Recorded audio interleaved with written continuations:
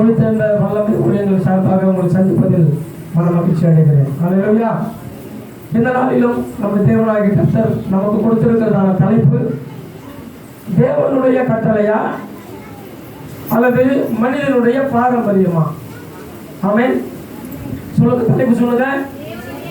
தேவனுடைய கட்டளையா மனிதனுடைய பாரம்பரியமா என்கின்ற தலைப்பில் நாம் தேவ செய்தியை பார்க்க போகிறோம்.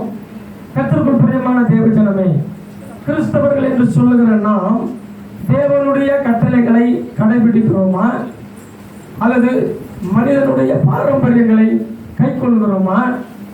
நாம் என்ன செய்து கொண்டிருக்கிறோம்? தேவனுக்கு பிரியமானதை செய்கிறோமா அல்லது மனிதர்களை திருப்திப்படுத்துகிறோமா? வேதத்திலிருந்து சில காரியங்களை குறித்து நாம் பார்க்க போகிறோம். அல்லேலூயா. மார்க் எழுதின சுவிசேஷம் 7ஆம் அதிகாரம் 1வது வசனத்திலிருந்து சில வசனங்களை நாம் வாசிக்கலாம். மார்க் எழுதின சுவிசேஷம்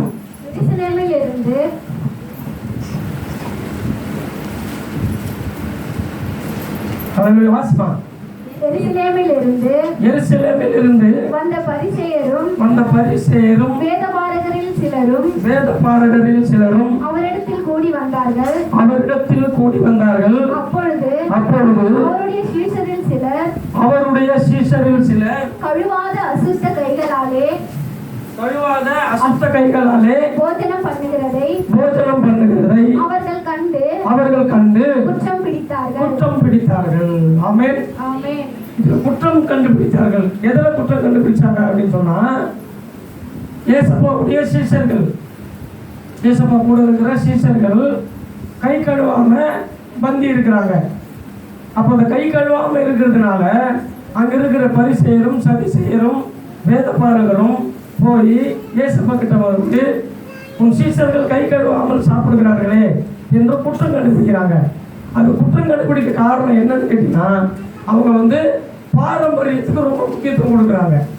ஆமென். சதுசேயரும் பரிசேயரும் வேதபாரகரும் தேவனுடைய கற்பனைகளுக்கு கை கொடுக்குறாங்களோ இல்லையோ, முன்னோர்களுடைய பாரம்பரியத்துக்கு ரொம்ப முக்கியத்துவம் கொடுக்குறாங்க. அதனால தான் கை கழுவாம சாப்பிடுறதுனால அது ஒரு பாரம்பரியமான ஒரு செய்தியாக இருக்கிறது. அதை ஏன் உங்க சீஷர்கள் மீறினார்கள் என்று குற்றம் கண்டுபிடித்து இயேசுவா கிட்ட போய் கேள்வி கேட்கிறாங்க. ஆமென். அல்லேலூயா. 3வது வசனத்தை வாசிங்க. ஏனெனில் பரிசேயர் முதலிய யூதர் அனைவரும் முன்னோர்களின் பாரம்பரியத்தை கை கொண்டு அடிக்கடி கை கழுவினால் ஒழிய சாப்பிட மாட்டார்கள். அடிக்கடி கை கழுவிட்டே இருப்பாங்களாம். ஆமென். அடிக்கடி கை கழுவுவதுன்றது ஒரு பாரம்பரியம். கை கழுவி சுத்தமாக சாப்பிடுறது நல்லதுதான். ஆனால் இவங்க அடிக்கடி கை கழுவுவாங்க அப்படின்னு சொல்லி சொல்லப்பட்டிருக்கிறது. அப்படி கை கழுவினால் ஒழிய சாப்பிட மாட்டார்கள். அப்புறம் கடையிலிருந்து வரும்போதும் ஸ்நானம் பண்ணாமல் சாப்பிட மாட்டார்கள். அப்ப கடையிலிருந்து வரும்போதும் வெளியிலிருந்து எங்கேயிருந்து வரும்போதும் குளிக்காம சாப்பிட மாட்டாங்கன்னு அர்த்தம். ஆமென். ஸ்நானம் பண்ணாமல் சாப்பிட மாட்டார்கள். அப்படியே செம்புகளையும் கிண்ணங்களையும் செப்பு குடங்களையும் மனைகளையும் கழுவுகிறதும் அல்லாமல் வேறு அநேக ஆச்சாரங்களையும் கை கொண்டு வருவார்கள். இப்ப என்னென்ன கழுவலாம்? செம்புகளை கழுவுவாங்க, கிண்ணங்களை கழுவுவாங்க, செப்பு குடங்களை கழுவுவாங்க, மனைக்கட்டைகளையும் கழுவுவாங்க. கழுவுறதும் அல்லாமல் வேறு அநேக ஆச்சாரங்களையும் கை கொண்டு வருவார்கள். இப்படி செய்கிறவர்களுக்கு மத்தியில, இப்படி ஆச்சாரங்களை கடைபிடிக்கிறவர்களுக்கு மத்தியில இயேசுவா கூட இருக்கிற சீஷர்கள் பந்தி இருக்கும்போது கை கழுவாம வந்து உட்காந்து சாப்பிட்றாங்க. இதை அவங்க நோட்டம் பண்ணிட்டு அதுல குற்றம் கண்டுபிடிக்கிறாங்க. ஆமென். ஏன் அப்படின்னு சொல்லி கேட்டீங்கன்னா, பாரம்பரியத்துக்கு அவங்க அதிகமா முக்கியத்துவம் கொடுக்கறதுனால. இந்த பாரம்பரியம் எங்கிருந்து வந்துச்சு? முன்னோர்களுடைய பாரம்பரியம். நல்ல விஷயங்கள் நிறைய இருக்கு, அதெல்லாம் கத்துக்கிறது நல்லதுதான். ஆனா இந்த ஒரு பாரம்பரியமா, ஒரு சடங்காச்சாரமா, ஒரு ஆச்சாரமா இதை கையாள கூடாது. மாறாக இவங்க என்ன செய்யறாங்கன்னா, தேவனுடைய கட்டளைகளை குறித்து கொஞ்சம் கூட கேர் பண்ணிக்க மாட்டாங்க. ஆனா முன்னோர்களுடைய பாரம்பரியத்துக்கு அதிகமாக முக்கியத்துவம் கொடுப்பாங்க. அதனால தான் என்ன பண்ணுறாங்கன்னா குற்றம் கண்டுபிடித்து ஏசப்பா கிட்ட வந்து கேள்வி கேட்குறாங்க. அல்லேலூயா.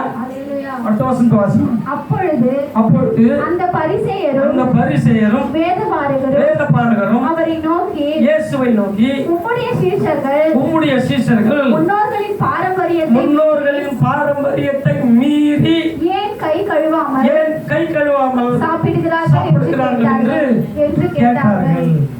அப்ப ஏன் அப்படி அவங்க கேட்கணும்? முன்னோர்களுடைய பாரம்பரியத்தை இவங்க மீறிட்டாங்களாம். யாரு? இயேசுவுடைய சீஷர்கள் முன்னோர்களுடைய பாரம்பரியத்தை மீறிட்டாங்களாம். அதனால குற்றம் கண்டுபிடிச்சி இயேசுப்பா கிட்ட கேள்வி கேட்குறாங்க. நல்லா எத்தனை பேருக்கு புரியுது? அந்த பாரம்பரியம், அந்த சடங்காச்சாரம் அவ்வளவு முக்கியத்துவமா அவங்க நினைக்கிறாங்க. அந்த தேவனுடைய கற்பனைகளை கொஞ்சம் கூட மனசுல நினைக்கிறதே கிடையாது. ஆமென். அப்படிப்பட்ட சூழ்நிலையில அவர்கள் அப்படி கேள்வி கேட்கிறாங்க. அதுக்கு ஏசப்பா என்ன பதில் சொல்றாரு? வாசிங்க அடுத்த வசனத்தை. அவர்களுக்கு அவர் பிரதியுத்தரமாக ஏசப்பா பிரதியுத்தரமாக இந்த ஜனங்கள் தங்கள் உதடுகளினால் என்னை கனம் பண்ணுகிறார்கள். அவர்கள் இருதயமோ எனக்கு தூரமாய் இருக்கிறது. ஆமென்.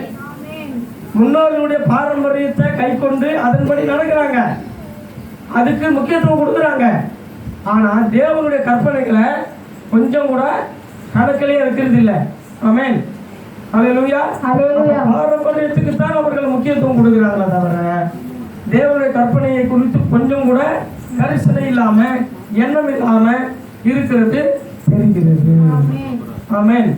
அப்போ அவர்கள் என்னை கனம் பண்ணுகிறார்கள். எப்படி? அங்க இருக்கிற பரிசேயரும் சதிசேயரும் வேதபாரகர்களும் என்னை கனம் பண்றாங்கன்னு சொல்றாரு ஏசப்பா. ஆமென். எப்படி கனம் பண்றாங்களா? பாட்டு பாடுறாங்க, கரங்களை தட்டி பாட்டு பாடுறாங்க, துதிக்கிறாங்க. எந்த அளவுல? ஒரு முதல் அளவுல. உள்ளமோ தூரமாகி இருக்கிறது. ஆமென். அல்லேலூயா. அதாவது முன்னோர்களுடைய பாரம்பரியத்தை மீறி கை கழுவாமல் சாப்பிடுகிறது குற்றம் என்று கண்டுபிடித்து பேசி இயேசு ஒன்றையில வந்து கேள்வி கேட்கும் போது நம்முடைய தேவனாகிய கர்த்தராகிய இயேசு கிறிஸ்து பிரத்யுத்தரமாக இந்த ஜனங்கள் பரிசேயரும் சதிசேயரும் வேதபாரகர்களும் தங்கள் உதடுகளினால் என்னை கனம் பண்ணுகிறார்கள், அவர்களுடைய இருதயமும் எனக்கு தூரமாய் விலகி இருக்கிறது. இவர்கள் சபையில தேவனை துதிக்கிறார்கள், சபையில தேவனை பாடுகிறார்கள், ஆனால் இயேசுவை மேசியா என்று ஏற்றுக்கொள்ளவில்லை. யாரு? பரிசேயர்களும் சதிசேயர்களும் யூதர்களும் வேதபாரகர்களும். இன்று வரைக்கும் யூதர்கள் இயேசுவை மேசியா என்று ஏற்றுக்கொள்ளவில்லை. என்ன தேதி? 6/7/2025. இந்த தேதி வரைக்கும் யூதர்கள் இன்னும் இயேசுவை மேசியா என்று ஏற்றுக்கொள்ளவில்லை. ஆமென். அப்போ அது போல இவர்கள் சபையில் வருகிறார்கள், தேவனை தேடுகிறேன் என்று சொல்கிறார்கள், துதிக்கிறார்கள், பாடுகிறார்கள், ஆனால் இயேசுவை மேசியா என்று ஏற்றுக்கொள்ளவில்லை. அதனாலதான் சொல்றாரு, தங்கள் உதடுகளினால் என்னை கனம் பண்ணுகிறார்கள், அவர்கள் இருதயமோ எனக்கு தூரமாய் விலகி இருக்கிறது. ஆமென். நாம் எப்படி இருக்கிறோம்? யூதர்கள் பரிசேயர்கள் சதிசேயர்கள் குறித்து பார்த்தோமா? இப்போ நம்ம எப்படி? எல்லாரும் கவனிங்க. இப்ப எல்லாரும் என்ன பாருங்க, நம்ம எப்படிப்பட்டவர்களா இருக்கிறோம்? ஏசப்பா உதட்டளவில் கனம் பண்றோமா? இந்த உள்ளத்தின் ஆழத்திலிருந்து கர்த்தரை துதிக்கிறோமா? பாரம்பரியமா கர்த்தரை தொழுது கொள்றோமா? இந்த உள்ளத்தின் ஆழத்திலிருந்து முழு இல்லத்தோடும் முழு ஆத்மாவோடும் முழு பலத்தோடும் அன்பு கூறுவாயாக என்ற வசனத்தின்படி உண்மையா உத்தமமா ஆராதிக்கிறோமா? நாம அலசி ஆராய்ச்சி பார்க்கணும். அன்பு கூறுவேன் இன்னும் அதிகமாய். வீட்டுல கத்து சாப்பிடுறாங்க தெரிய, நீங்க பாடாதீங்க. இப்ப நீ அடிக்காதீங்க, நீங்க பாடாதீங்க. கர்த்தரை முழு உள்ளத்தோடு கூட ஆராதிக்கணும். எப்படி?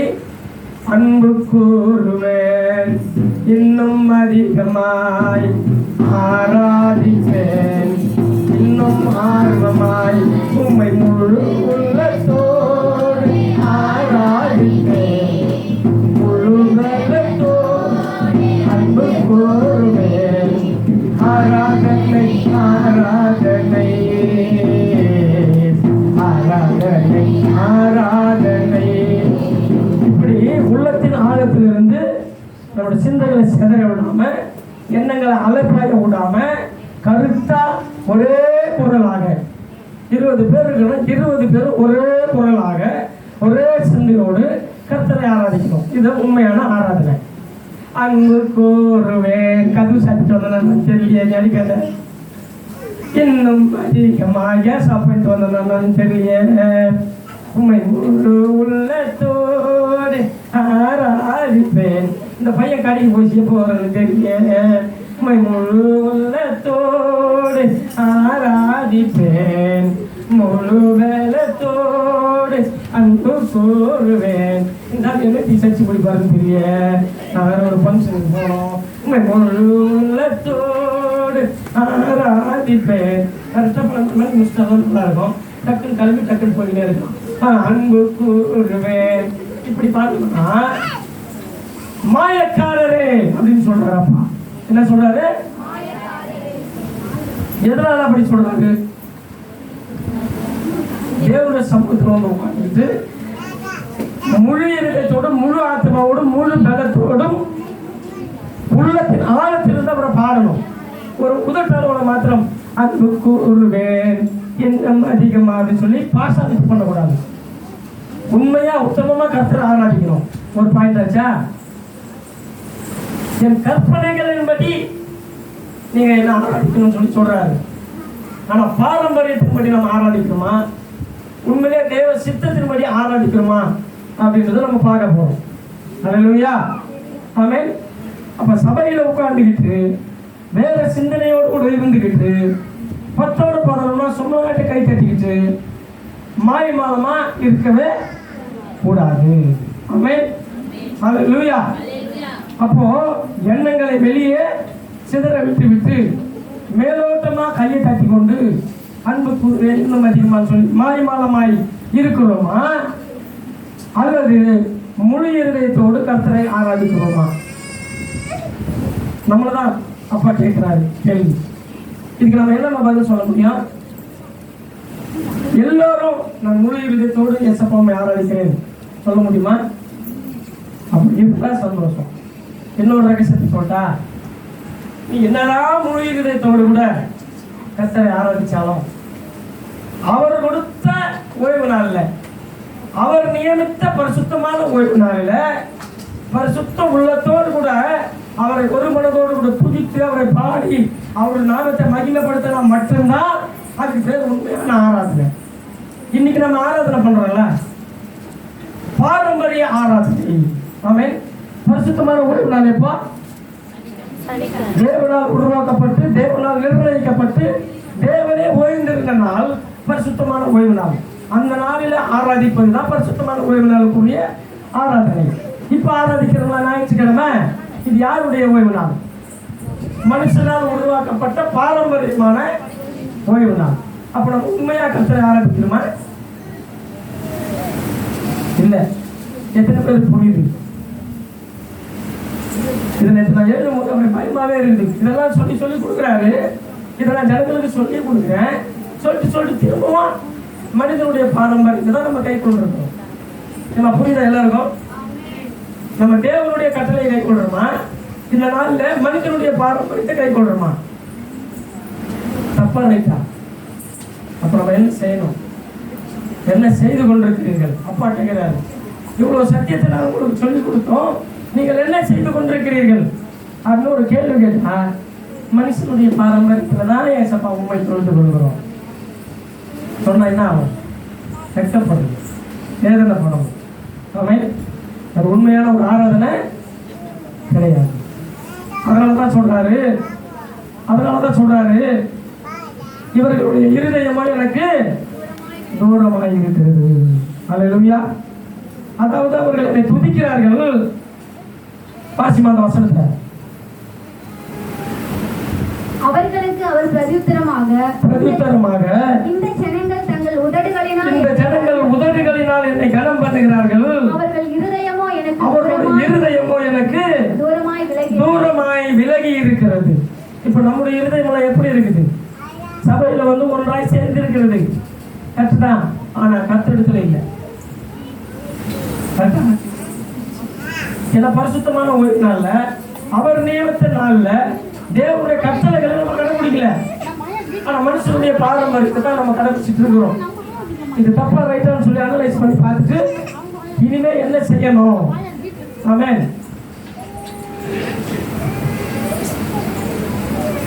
இடர் உண்டாகிறபடி பார்த்துக்கலாமா?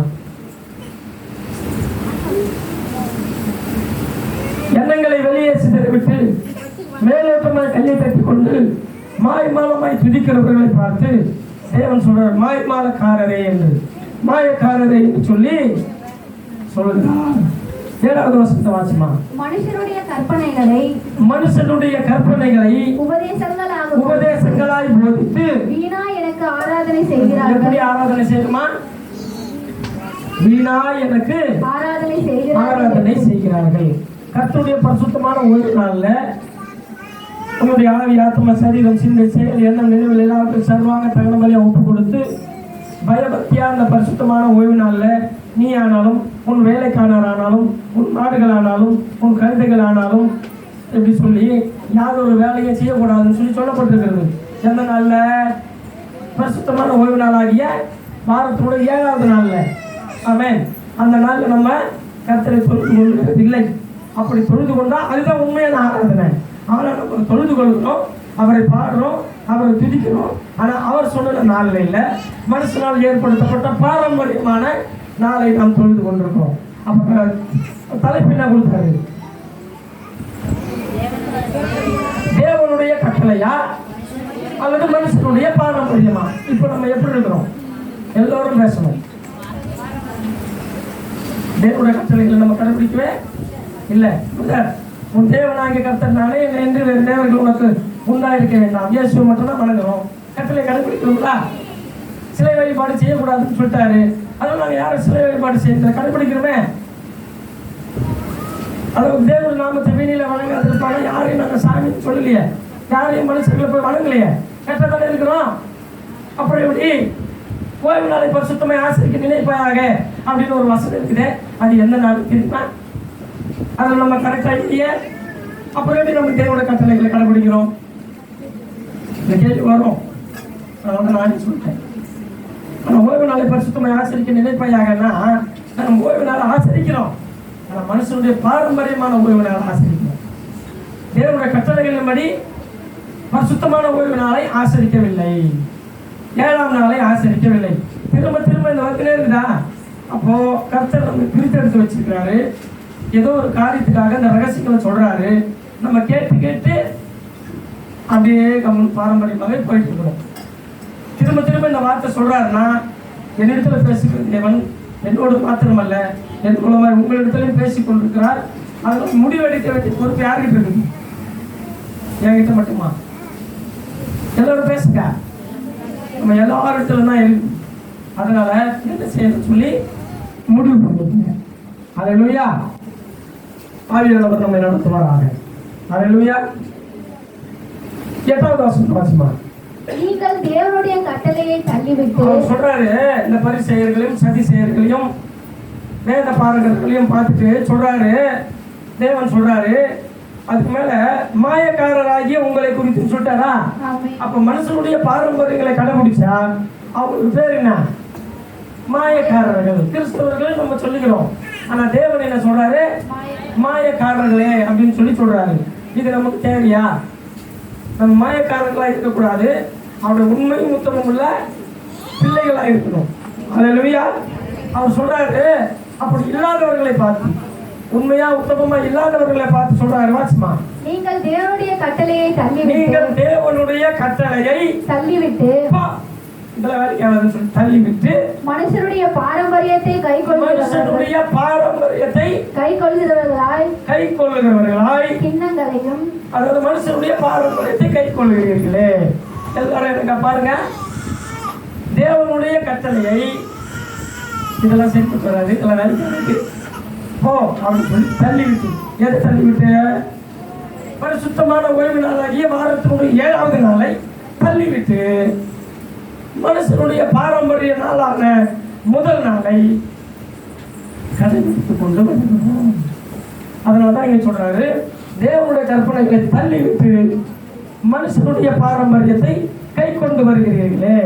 இப்படி கிண்ணங்களையும் செம்புகளையும் கழுவுகிறீர்கள் மற்றும் இப்படிப்பட்ட அநேக சடங்குகளையும் அனுசரித்து வருகிறீர்கள். ஆமென். அநேக சடங்குகள் செய்து கொண்டு வருகிறீர்களே. ஆமென்.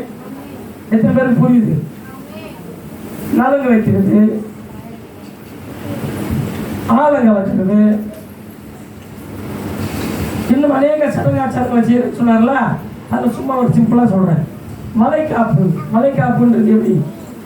மலைக்காப்புன்றது அந்த குழந்தையின் நிமித்தம் அம்மாவுடைய கைகளை விலங்கு போட்டு மாட்டுது சடங்காச்சாரம். அதில் ஒரே அரிசி தான், ஒரே சாப்பாடு தான் வெடிக்கிறாங்க. அதை வெடிச்சிட்டு 5 விதமான கலர் சாப்பாடு என்னமோ ஒரு சாப்பாடு தான், ஒரு சாப்பாடு தான் சடங்காச்சாரமான சாப்பாடு. பச்சை கலரில் ஒன்று, மஞ்சள் கலரில் ஒன்று, அப்புறம் சிவப்பு கலரில் ஒன்று, அப்புறம் வெள்ளை கலரில் ஒன்று. அது மாதிரி புளி சாதம், தக்காளி சாதம், அப்புறம் தயிர் சாதம், லெமன் சாதம், பிரிஞ்சி சாதம், மாதிரி கலர் கலராக. அப்புறம் வெடிக்கிறதுக்கு ஒரே சாப்பாடு தான், ஒரே அரிசி தான். அது கலர் கலராக இருக்கும். இதெல்லாம் சடங்காச்சாரங்கள் அப்பா சொல்கிறாரு. இப்படி இன்னும் அநேக சடங்காச்சாரங்களையும் செய்து கொண்டு வருகிறீர்களே. ஆமென். அல்லேலூயா. இப்படிப்பட்டவர்களை பார்த்து, இப்படி செய்கிறவர்களை பார்த்து ஏசப்பா என்ன சொல்றாரு? வாசிங்க. பின்னும் அவர் அவர்களை நோக்கி, நீங்கள் உங்கள் பாரம்பரியத்தை கைக்கொள்ளும்படிக்கு தேவனுடைய கட்டளைகளை வியர்த்தமாக்கினது ரொம்ப நன்றாய் இருக்கிறது. அப்படின்னா என்ன அர்த்தம்? நம்ம செய்யறதுல நன்றாய் இருக்குதுன்னு சொல்றாரா? அப்படி இல்லை. தேவனுடைய கட்டளைகளை வியர்த்தமாக்கினது அப்படின்னா காலின் கீழே போட்டு மிதிக்கிறதுன்னு அர்த்தம். தேவனுடைய பிள்ளைகள்னு சொல்றீங்க, இயேசு கிறிஸ்துவாகி பெயரை தரித்துக் கொண்டிருக்கிறீர்கள், கிறிஸ்தவர்கள் என்று சொல்றீங்க. ஆனா இப்படிப்பட்ட சடங்காச்சாரங்களை செய்து தேவனுடைய கட்டளைகளை காலின் கீழே போட்டு மிதித்து விட்டு தேவனுடைய கட்டளைகளை வியர்த்தமாக்கினது நன்றாக இருக்கு. ரொம்ப நல்லா பண்றீங்கம்மா, ரொம்ப நல்லா செய்யுங்கப்பா, வச்சு வாங்குறீங்க, வச்சு செய்யுங்க சொல்றாங்களா, அந்த மாதிரி நல்லா செய்யுங்க அப்படின்னு அர்த்தம். இப்போ இதை சொல்லும் போது ஏசப்பா சொல்லும் போது அந்த முகத்தில் வெக்கப்பட்டு போதா? ஆமென். வெக்கப்படாத பிள்ளைகளை இருக்கணும்னா என்ன செய்யணும்? என்னமா செய்யணும்? நம்ம இருக்கணும். அப்படியா? அந்த கற்பனைகளை கை கொள்ள வேண்டும். எல்லா கட்டளைகளையும் கடைபிடிக்கணுமே. ஒரே ஒரு கட்டளை கடைபிடிக்கல, பரவாயில்ல சொல்ல முடியுமா? சொல்லக்கூடாது. எல்லா கட்டளைகளையும் கடைபிடிக்கணும். 4 கட்டளையே, குறிப்பா 4 கட்டளையே இயேசுவின் மேல நீ உண்மையான அன்பு செலுத்தினா பர்ஃபெக்டா 4 கட்டளைகளை கடைபிடிக்கணும். 3 கட்டளைகளை பர்ஃபெக்டா கடைபிடிக்கணும் சத்தியத்தின்படி. 4வது கட்டளை மாத்திரம் தேவனுடைய கட்டளைகளை ஓரம் கட்டிட்டு மனுஷனுடைய பாரம்பரிய கட்டளையாகிய இந்த நாளை நாம் அனுசரிக்கிறோம். இது தப்பு. ஆமென். அல்லேலூயா. இப்படிப்பட்ட கற்பனைகளை தள்ளிவிட்டு வியர்த்தமாக்கினது ரொம்ப நல்லா இருக்குன்னு சொல்லி சொல்றாரு. ஆமென். அதாவது இப்படியெல்லாம் செஞ்சுக்கிட்டு என் சபையில் வந்து உட்கார்ந்துக்கிட்டு பாடுவதும் ஆராதனை செய்வதும், அதுவும் மனிதர்களால் ஏற்பட்டப்பட்ட பாரம்பரிய நாட்களை ஞாயிற்றுக்கிழமையில் என்னை கனம் பண்ணுகிறதும் என்னை கனவீனம் பண்ணுகிறதான செயல் அப்படின்னு சொல்றாரு. ஆமென். அதாவது மனுஷனுடைய பாரம்பரியத்தில் ஏற்படுத்தப்பட்ட நாளை அனுசரிக்கிறது என்னை கனம் பண்ணுகிறோம் என்று சொல்லி கனவீனம் பண்ணுகிறீர்கள். ஆமென். பாட்டு பாடி துதிக்கிறேன் என்று சொல்லி சிந்தையை வெளியே அலறை விடுகிறதும், ஒருவர் சண்டை போட்டுக் கொள்கிறதும், அன்பில்லாமல் இருப்பதும், நீங்கள் என்னுடையவர்கள் என்று சொல்லுவதும் ரொம்ப வேடிக்கையாக இருக்கிறது. ரொம்ப வேடிக்கையாக இருக்கிறது. என் கற்பனைகளை கடைபிடிக்கிறோம், நாங்கள் கிறிஸ்தவர்கள் என்று சொல்லுவது சரியாக இருக்குமோ? என் கற்பனைகளை கடைபிடிக்கிறோம் என்று சொல்லி இப்படி சொல்லுவது சரியாக இருக்குமோ? மாய்மலக்காரரே அப்படின்னு சொல்றாரு. நீங்கள் இப்படி இருப்பதினால் நான் இந்த ஜனங்கள் தங்கள் உதவிகளினால் என்னை கனம் பண்ணுகிறார்கள், அவர் இருதயம் எனக்கு தூரமாயிருக்கிறது என்று சொல்கிறார். ஆமென். அப்போ நாம் என்ன செய்து கொண்டிருக்கிறோம்? இந்த செய்தியை கேட்ட பிறகு என்ன செய்ய போகிறோம்? ஆமென். தேவ சித்தம் என்ன? நாம் செய்து கொண்டிருக்கிறது என்ன? அல்லேலூயா. என் தேவனை, என் இயேசுவை சரியா கனம் பண்ணுகிறோமா அப்படின்னு சொல்லி பார்த்தா கிடையாது. ஆமென். எல்லாரும் அப்படியே ஒரு நிமிஷம் கண்கள் எழுதுங்க. என்னோட கூட சேர்ந்து இந்த ஜபத்தை செய்யுங்க. என் தேவனே, என் இயேசுவே, எங்களை மன்னியும் அப்பா. உங்களுடைய கட்டளைகளை உண்மையாய் கடைபிடிக்கிறோம் என்று சொல்லி பொய் சொல்லி கொண்டிருக்கிறோம். உங்களுடைய பரிசுத்தமான ஓய்வு நாளை, அந்த கட்டளையை உண்மையாய் கடைபிடிக்க மனதில்லாமல் மனுஷ பாரம்பரியத்தின்படி செய்து கொண்டிருக்கிறோமே. அப்படி மனுஷ பாரம்பரியத்தின்படி செய்யாமல் இருக்க எங்களுக்கு ஞானத்தை தாங்க. உமக்கு பயந்து வழிகளில் நடக்க எங்களை பரிசுத்தப்படுத்துங்க. இயேசுவின் நாமத்தில் பிதாவே, ஆமென். ஹல்லேலூயா. ஒரு முக்கியமான ஒரு கான்செப்டை சொல்லிட்டு நான் முடிக்க போறேன். தேவனுடைய கட்டளைகளின்படி நடந்தால் ஆசீர்வாதம், மனுஷனுடைய பாரம்பரியத்தின்படி நடந்தால் சாபம். இதை நான் சொல்லலை. எப்ப என்னப்பா சபையில் இருந்துக்கிட்டு நீ சாபம் விடுறியான்னு கேட்கலாம். நான் சாபம் விடலை.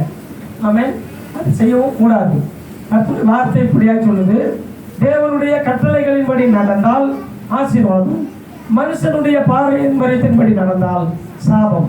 இதன் அடிப்படையில் ஒரு கொள்ளை நோய் வருது. ஒரு கொள்ளை நோய் இப்போ புதுசாக வரப்போகுது. ஜீவா ஒரு வாட்ஸ்அப்ல அமைச்சான். அது பேர் என்னப்பா? மங்கி பாக்ஸா? மங்கி பாக்ஸ்ன்னு சொல்லி ஒரு கொள்ளை நோய் வருதான். ஏற்கனவே அந்த கொள்ளை நோய் கொரோனா. இங்க இருக்கிறவரை அந்த கொரோனா தாக்கிச்சா? இங்க இருக்கிறவர்கள் அந்த கொரோனா தாக்கிச்சா? ஒருவேளை தாக்கி யாரும் செத்து போய்க்கிறாங்களா? கிடையாது. இருக்கிற எல்லோரும் ஜீவனோடு கூட கர்த்தர் வைத்திருக்கிறதுனால கருணை. ஆமென். அந்த கொரோனாவை விட மோசமான 20 மடங்கு அதிகமான ஒரு கொள்ளை நோய் வரப்போதான். வரட்டும். வந்தா என்னங்க, யார் பயப்படுவாங்க? தேவனுடைய கட்டளைகளின்படி நடக்காதவங்க பயப்படுவாங்க. நம்ம தேவனுடைய கட்டளைகளின்படி நடக்கிறோமா பார்த்துக்கங்க. நடக்கிறோம் நம்ம சொல்லுவோம். எல்லாத்தையும் விட்டுருங்க. ஒட்டுமொத்த உலகமும் பாவத்தில் கிடக்குது. அதுல இருந்து நம்ம கரெக்டாகிங்க. அந்த கட்டளைப்படி வாழ்ந்தோமானால், அந்த கட்டளையை அனுசரித்து வந்தோமானால் நிச்சயமாகவே கொரோனா நம்மை தாக்காது. இல்லை இந்த மங்கி பாக்ஸு, டாக்கி பாக்ஸு எதுவுமே நம்மளை தாக்கவும் முடியாது. ஆமென். ஏன்னா இயேசு நமக்குள்ள இருக்கார். எல்லாருக்குள்ள தான் இருக்கிறாரு. ஒட்டுமொத்த உலகத்தில் இருக்கிற எல்லா ஜனங்களுக்குள்ள தான் இருக்கிறாரு. கிறிஸ்தவர்களுக்குள்ள தான் இருக்கிறாரு. ஆனா அவர் கற்பனைகளின்படி கை கொள்ளுகிறவர்கள் யார்? அவர்களுக்கு மனுஷனுடைய பாரம்பரியமான கற்பனைகளை கை கொண்டா தொடும். ஆமென். வேற மாதிரி போகும். என்னடா இவர் தொடாதுன்றாரு, அப்புறம் தொடுன்றாரு.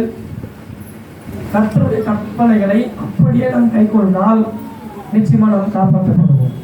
கொள்ளை நோய் வரப்போகிறது. அதோட பேர் மங்கி பாக்ஸ்ன்னு சொல்லி அறிவிச்சிருக்கிறாங்க. ஆனா அதுக்கு நம்ம பயப்பட வேண்டிய அவசியமே இல்லை. இதுல இருந்து கர்த்தர் நம்மை காப்பாற்றுவார். எத்தனை பேர் நம்புறீங்க?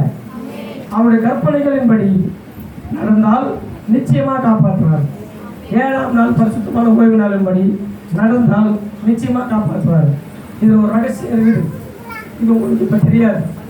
சில காரியங்கள் கண் கூட பார்க்கும் பொழுது யார் யாரை தாக்குது, யார் யாரை தாக்கல அப்படின்ற கான்செப்ட் நல்லா புரிய வரும். ஆமென். அந்த நாட்களில் நீங்க அறிந்து கொள்வீர்கள். அதை இன்னைக்கு அப்பா சொல்றாரு. ஹல்லேலூயா. கொள்ளை நோய் வந்த காலத்திலே தேவன் நம்முடைய உண்மையான பிள்ளைகளை எப்படி காப்பாற்றினாரோ அதே போல இனி வருகிற காலங்களிலையும் காப்பாற்றுவார். இதை வேதத்தின் மூலமா பார்க்கலாமா? உபாகமத்தின் புஸ்தகம் 28வது அதிகாரம் 14வது வசனத்தை வாசிங்க சீக்கிரமா. உபாகமத்தின் புஸ்தகம் 28ஆம் அதிகாரம் 14வது வசனம். என்று நான் உனக்கு விதிக்கிற நான் உனக்கு விதிக்கிற உன் தேவனாகிய கர்த்தரின் உன் தேவனாகிய கர்த்தரின் கட்டளைகளை கைக்கொள்ளவும் கட்டளைகளை கைக்கொள்ளவும் அவைகளின்படி நடக்கவும் அவைகளின்படி நடக்கவும் அவைகளுக்கு செவி கொடுத்து வந்தால் கர்த்தர் உன்னை வாழாக்காமல் தலையாக்குவார். நீ கீழாகாமல் மேலாவாய். இப்போ தேவனுடைய கற்பனைகளின்படி நடக்கும்போது எல்லாரும் கவனிக்க, விளையாட்டான காரியம் இல்லது, சத்தியமான காரியம். தேவனுடைய கற்பனைகளின்படி நடந்து வந்தால் வாசிமா மறுபடியும் வேற ஒருத்தர் வாசிக்க. இன்று நான் உனக்கு விதிக்கிற உன் தேவனாகிய கர்த்தரின் கட்டளைகளை கைக்கொள்ளவும் அவைகளின்படி நடக்கவும் அவைகளுக்கு செவி கொடுத்து வந்தால் கர்த்தர் உன்னை வாழாக்காமல் தலையாக்குவார். நீ கீழாகாமல் மேலாவாய். அதாவது ஆசீர்வாதமாக இருப்பேன்னு அர்த்தம். நான் சொன்னேன்னா கட்டளைகளை கடைபிடிச்சா ஆசீர்வாதம், இல்லைன்னா மனுஷனுடைய பாரம்பரியத்தை கடைபிடிச்சா சாபம். இப்போ ஆசீர்வாதத்தை பற்றி சொல்லிச்சுன்னா 15வது வருஷத்தை வாசிங்க.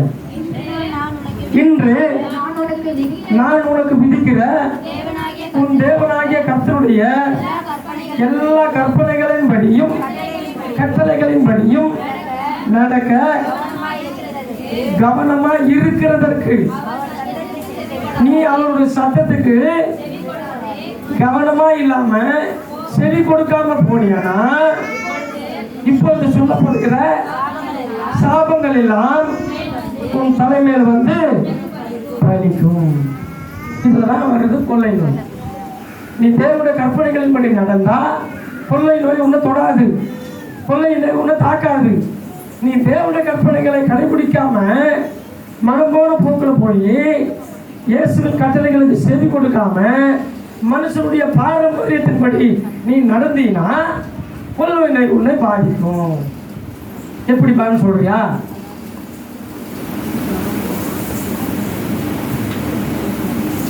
அல்லேலூயா. உண்மையா உத்தமமா பரிசுத்தமா பயபக்தியா பரிசுத்தமான ஒரு நாளை கடைபிடிச்சு இருந்தீங்கன்னா ஒரு தீங்கும் வராது. வேத சத்தியத்தின்படி செப்பனியா 3:15 எடுத்து வாசிக்கலாமா? செப்பனியா 3:15. நம்ம எல்லாரும் இங்க இருக்கிறீங்களா?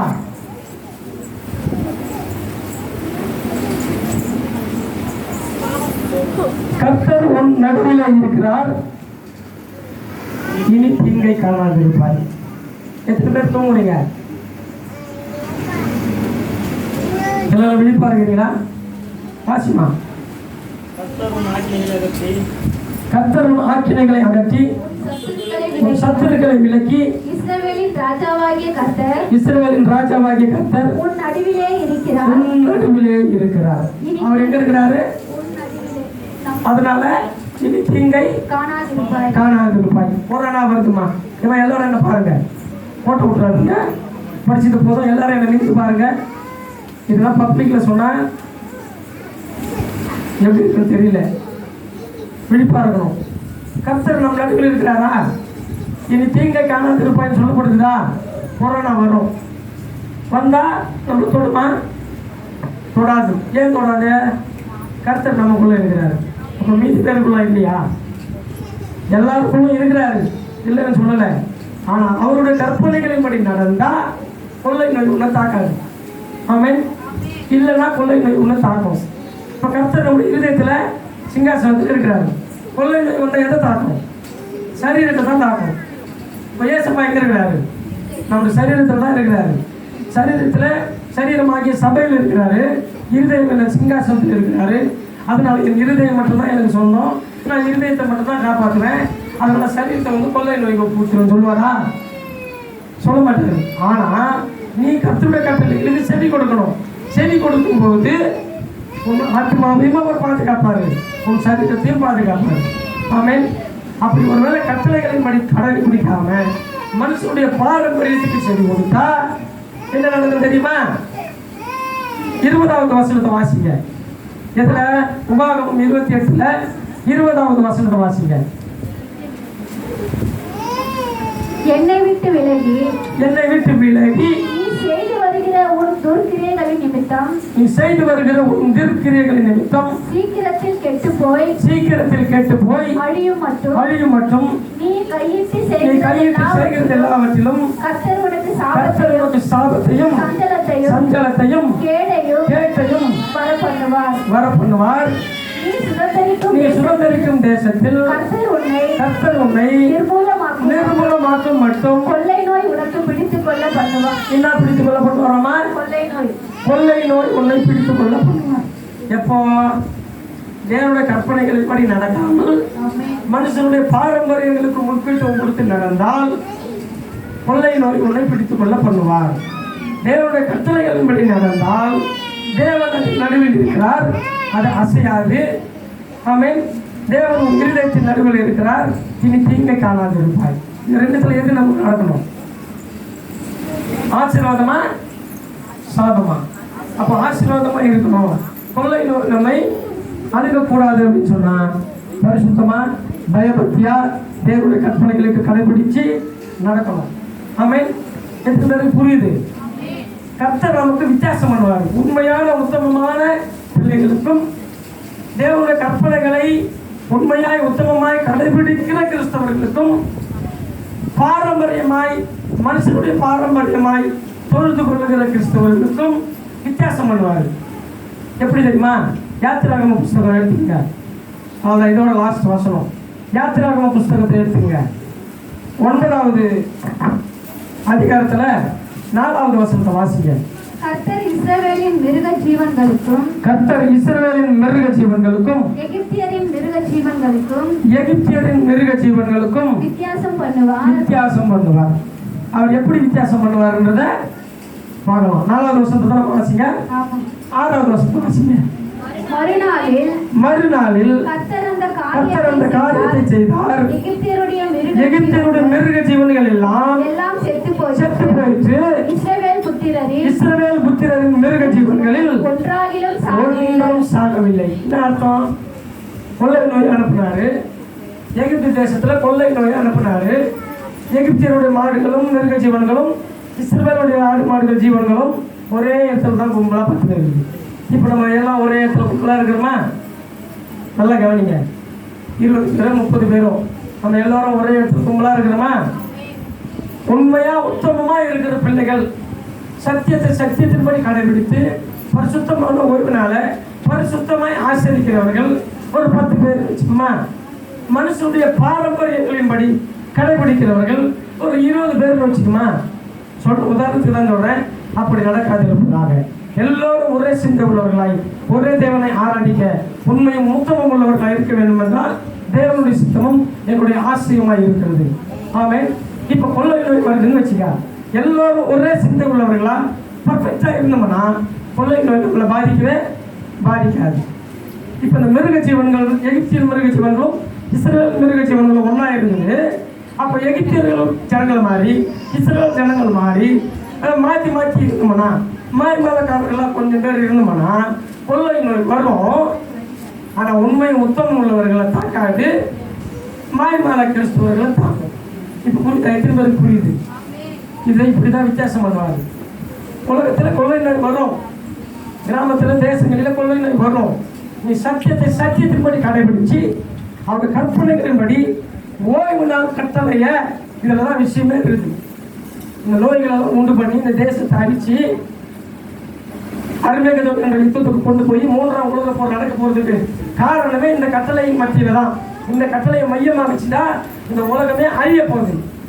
பரிசுத்தமான ஓய்வு நாள் வாரத்தினுடைய 7வது நாளா அல்லது முதல் நாளா? இந்த கேள்வி எழுப்பார். இது மூலமாக தான் நடக்கும்.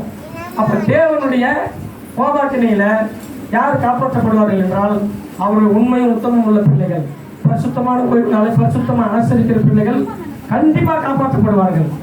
மாயமாலமாக இருக்கிறவர்களுக்கு கண்டிப்பா கொள்ளை நோய் பிடிக்கும். என்னடா அவன் பயமுறுத்துற மாதிரி சொல்றான்னு நினைக்காதீங்க. கர்த்தருக்கு பயப்படுகிற பயம் இருக்கா? கொரோனாவுக்கும் வேற எந்த நோய்க்கும் நம்ம பயப்பட வேண்டிய அவசியமே இல்லை. கர்த்தர் வித்தியாசம் பண்ணுவார். ஆமென். ஹல்லேலூயா. என்னிடத்தில் அன்பு கூர்ந்து என் கட்டளைகளை கை கொள்ளுகிறவர்களுக்கு 1000 தலைமுறை மட்டும் இரக்கம் செய்கிறவராக இருப்பேன்னு சொல்றாரு. ஆமென். ஹல்லேலூயா. யாத்திராகமம் 20வது அதிகாரத்தில் 6வது வசனம் அதில் சொல்றாங்க. அல்லேலூயா. அதனால என் ஜனமே, இதை கேட்டுக்கொண்டு இருக்கிறத நான் இந்த நாளிலே நீ என்ன செய்ய போகிறாய்? தேவனுடைய கட்டளையா அல்லது மனுஷனுடைய பாரம்பரியமா? நீ எதிரே நடக்க போகிறாய்? நீ கர்த்தருக்கு கீழ்ப்படிந்து நடக்க போகிறாயா அல்லது மனுஷனுக்கு கீழ்ப்படிந்து மனுஷனை திருப்திப்படுத்த போகிறாயா? ஆமென். மனுஷனுடைய பாரம்பரியமான நாளிலே நீ தொடர்ந்து பயணம் செய்ய போகிறாயா அல்லது நான் உனக்கு விதித்த கட்டளையின்படி நான் நியமித்த நாளிலே தன்னை மாற்றிக்கொள்ள போகிறாயா என்று சொல்லி கர்த்தர் கேட்கிறார். பிரியமானவர்களே, ஆமென். இனி நீ என்ன செய்யணும், என்ன முடிவெடுக்கணும் என்று சொல்லி கர்த்தருடைய கரங்களிலே நாமே அர்ப்பணிக்கலாம். ஆமென். அல்லேலூயா. எங்களை அதிகமாக நேசிக்கிற எங்களை பரலோகத்துக்காகவே உடைய நாமம் மகிமைப்படுவதாக. இது அந்த நாளிலே உங்களுடைய சத்தியத்தை நாங்கள் கேட்டோம். உங்களுடைய பரிசுத்தமான உறவு நாளாகிய ஒரு உண்மையுள்ள கற்பனைகளின்படி நாங்கள் வாழ வேண்டும் என்று சொல்லி நீர் நிர்ணயித்து இந்த ஆழமான சத்தியங்களை எங்களுக்கு போதித்துக் கொண்டிருக்கிறீர். அதற்காக உமக்கு நன்றி செலுத்துகிறேன் தகப்பனே. என் வாக்குக்கு செவி கொடுங்கள், அப்போது நான் உங்கள் தேவனாய் இருப்பேன், நீங்கள் என்னுடைய ஜனங்களாய் இருப்பீர்கள் என்று சொன்னீரே. அந்த வசனத்தின்படி எங்களை ஆளுகை செய்து மையெடுத்தும்படி இந்த மகிமையின் கருத்தில் அர்ப்பணிக்கிறோம். இயேசுவின் நாமத்தில் வேண்டிக் கொள்கிறோம். ஆமென்.